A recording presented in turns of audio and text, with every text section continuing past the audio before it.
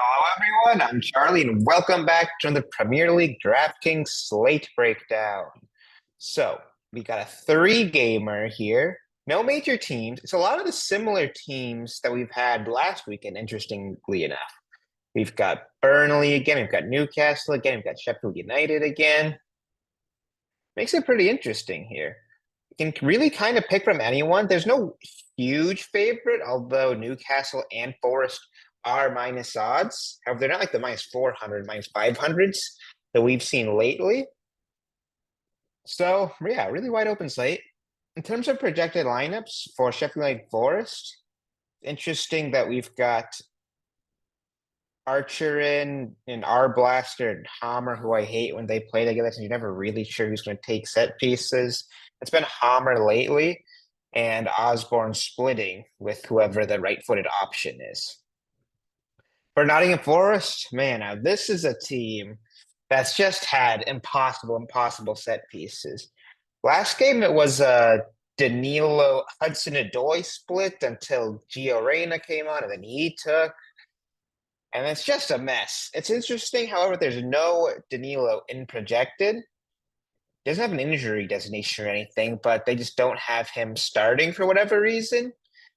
And if it's this lineup, maybe a Hudson-Odoi monopoly. Maybe Gibbs White ends up hopping back on set pieces, but it is just a complete mess lately. It's gone are the days of the Morgan Gibbs White monopoly, that's for sure. Brentford Fulham, Region and Jensen split now. Mbuemo's finally kind of been locked out of set pieces. We've seen a couple weeks in a row now of it being a pretty consistent pattern of Jensen and Region. For Fulham, Pereira largely on everything. Could see Willian hop on a couple.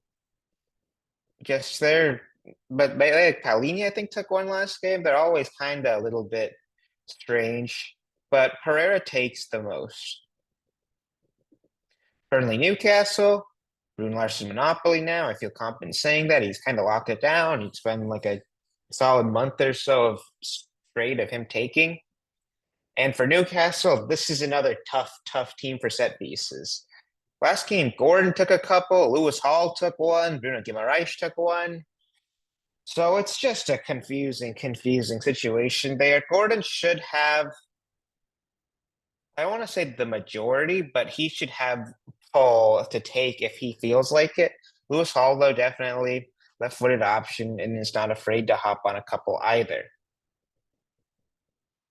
Prices. Big forward is Alexander Isak. I played him last weekend and he did me well. It was against Sheffield United, though, who are kind of always the team to pick against lately for these slates. They're already relegated. They're not really playing for anything, so they've just been kind of league punching bags. Burnley, meanwhile, are kind of a team on the up right now. They're trying to get out of the relegation zone and they actually have a chance at it where they had like no possible way of doing it not that long ago. So they're not as pickable against as Sheffield United was. And 900 is an expensive price. Now Gordon, loved him last weekend, still love him now.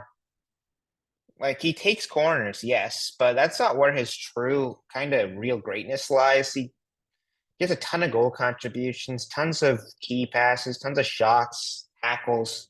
Like he does a lot of stuff that makes him not very set reliant at all. It makes him just a great play, even at 9,500. Mbuemo 8,900.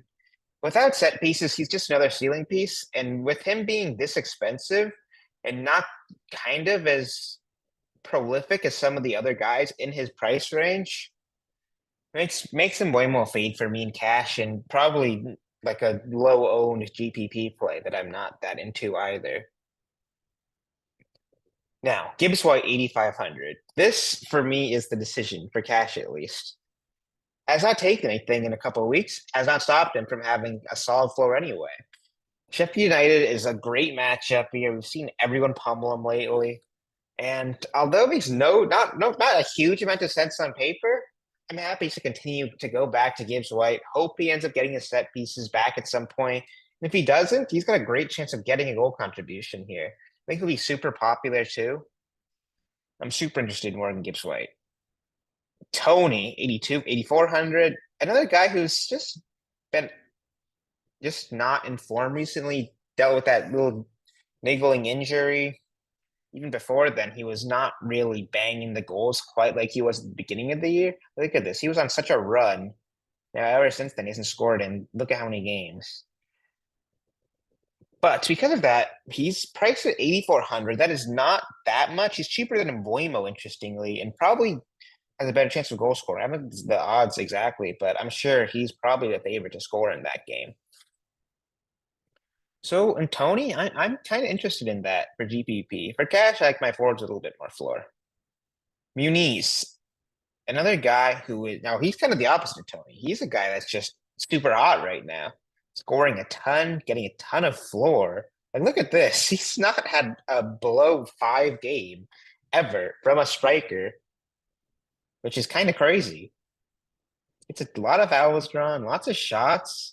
He's been playing 90 almost every game. Ever since they signed Armando Broya, he's just been another level. Now, I always say I'm not really that big of a fan of him just because he's always got not the easiest matchup. Always a forward who you don't think would have a ton of floor, although he's kind of proven me wrong in that sense. But he's just a guy that I just don't really like to get to in cash. For GVP, I always have some, but it's hard to be over the field because he's been always kind of chalky now because he's just been banging the goals so much lately.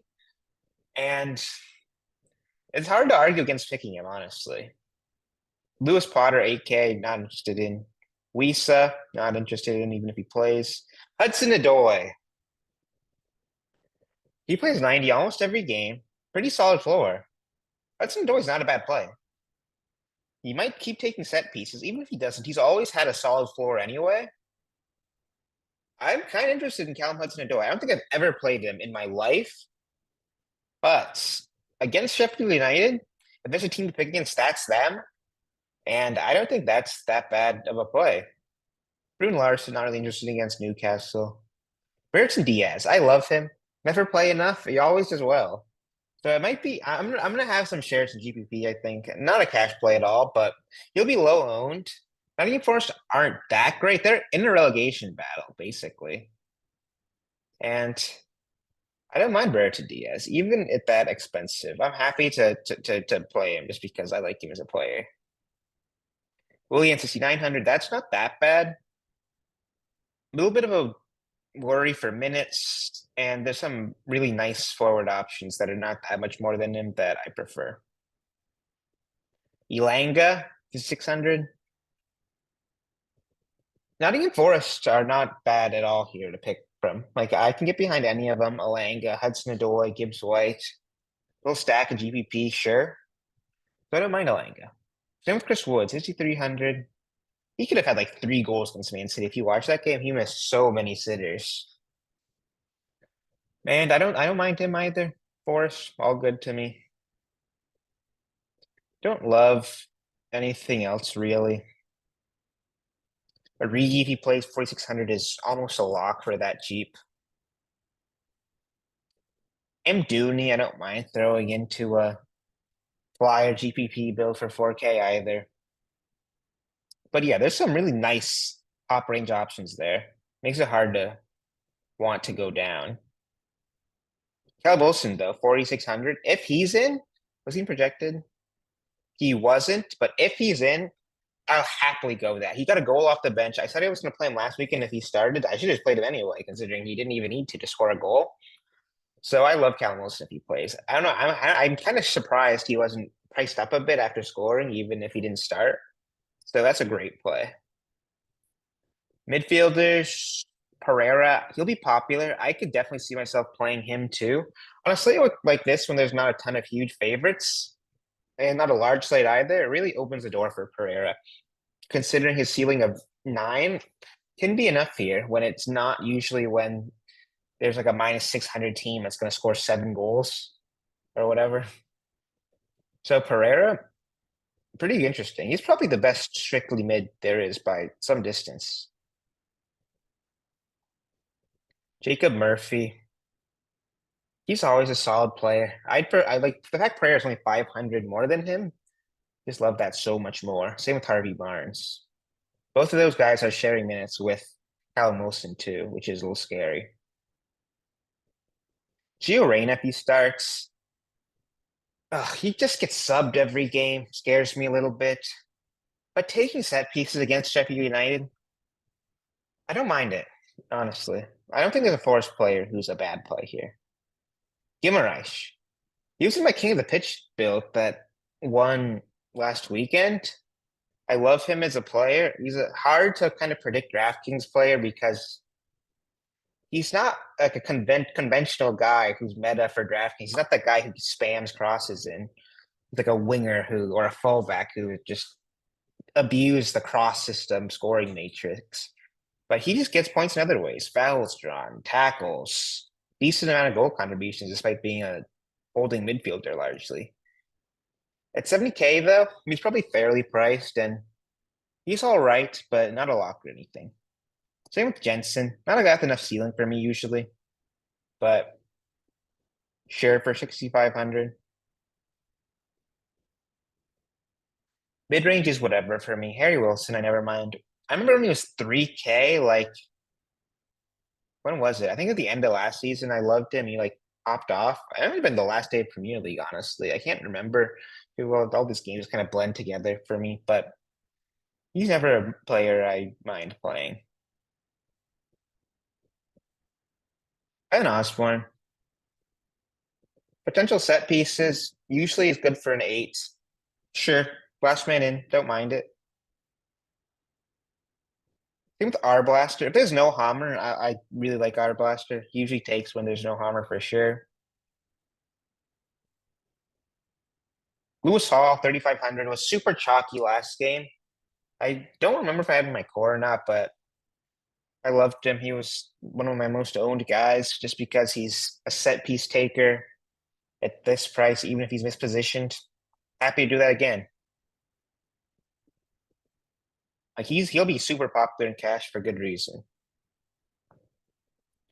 Nothing else really down there. The pick of the bunch is really Lewis Hall for that cheap. Defenders, Region 7K on set pieces again. I love him. I love when he takes set pieces. I'll play that happily. Did not do that well against Everton, but they're at home now this game. Like he was super solid before that Everton game. So give me all the Region. He'll be in my core guaranteed. Just because there's not a ton of other alternate defenders. There's Livramento. He was good when he was 3,700. At 5,500, that's a lot more hard to click on, especially with a harder matchup. Anthony Robinson cooled down a little bit from his guaranteed like 7 to 10. Now it's more like a 4 to 6. Sometimes they get up to 10. Brentford's not that easy of a matchup either. I think he's an all right play, but not a great play. Nico Williams, he's always super popular. Was he in projected? I don't think he was, but I kind of want to check now. I think it was Montiel, right? Yeah, Montiel.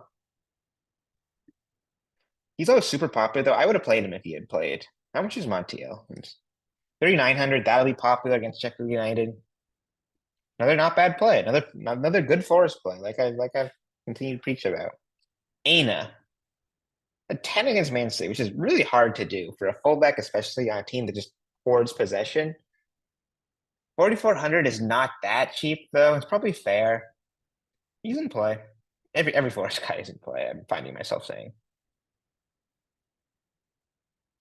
Then whatever on the rest of the defenders. Like when you're going Region guaranteed, only really one slot. Maybe punt it. Maybe go one of these fullbacks. There's not a huge name to pick out here, really. Like Region's the only set piece taker here with Trippier still injured. Then kind of whatever. Not a huge gap between any of these guys. I always say Pera, center back with a set taker, play a fullback who's cheap. Always good defender strategies. Goalie, crapshoot. I I'm interested. Just look at Miric's price of 4,300. It was the interesting thing last game was it was the first time I've seen a goalkeeper's price not reflect the odds. Usually that's how DraftKings like gets goalkeeper prices. But because Muric has just been so good, he was like one of the most expensive dog goalkeepers, just like being on I think the biggest underdog against Man United, and he still just got there. I don't think he's got that price treatment this time though. Like if we're looking at the odds, he should be the second cheapest goalkeeper, and he is, right? Yes, he is. So he hasn't cheated the system this time. That makes him a pretty good play. I think he'll be super popular considering he's just always just been crazy and he just has these insane logs. We'll just give him a ton of ownership. Like he'll be the most owned goalkeeper, I think, by far. In terms of my core, Rakion, Gordon, and then it's a little bit harder. I might just go Lewis Hall. Bit of a cop out, but he's the best value. If I'm feeling frisky, I could go Gibbs White. I'm a little lineup dependent on him. I'll probably end up playing him regardless. I don't know if he's core worthy though. But that would be it, guys. Fun looking slate, 3-gamer. That's kind of the sweet spot I find. Like I'm not a big fan of it's like a 5 or 6 game slate. There's kind of two main ways to go. It makes it a lot more goal based because there's more games to kind of have that random striker score a hat trick. But that'll be it, guys. Good luck and hope you win all the money.